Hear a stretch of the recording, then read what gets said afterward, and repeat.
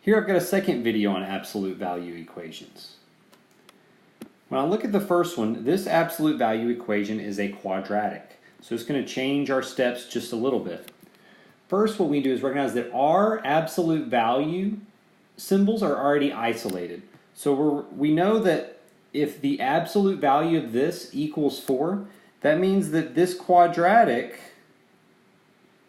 could be equal to 4, but it could also be equal to -4. Because remember, both 4 and -4 are a distance of 4 away from 0. So now we just have two different quadratics to solve. So I'm going to solve this one on the left first. I'm going to subtract 8 from each side.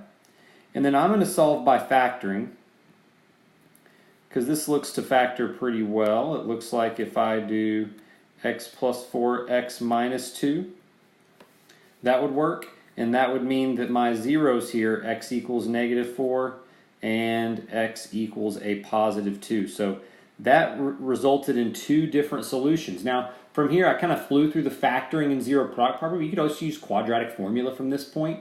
You could solve this multiple ways. Okay, I just showed one way. Now let's move to our other equation. So if I have x squared plus 2x, if I add 4 to each side to make our quadratic equal to 0, we end up with this. And I'll solve by factoring again. I'll factor out an x. And that would mean that x equals 0 and x equals -2 by the zero product property.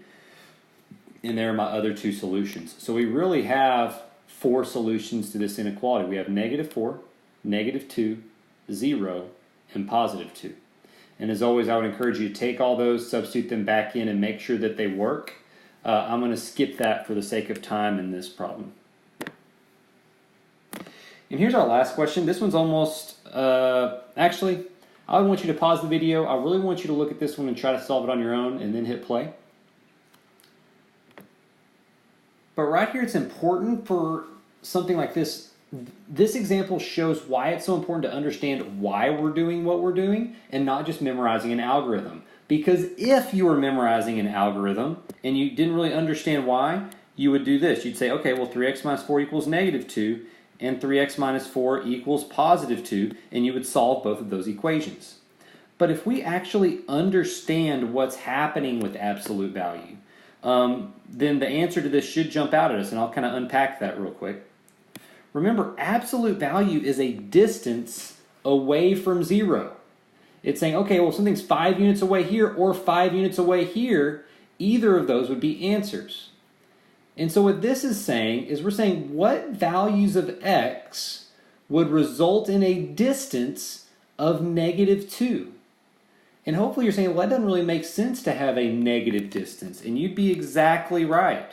If you have an absolute value symbol and it's equal to a negative, that is no solution. Because an absolute value symbol makes something positive anyways. We're thinking of it as a distance. So if we recognize this and understand what we're doing, the answer to this problem jumps out at us really quickly.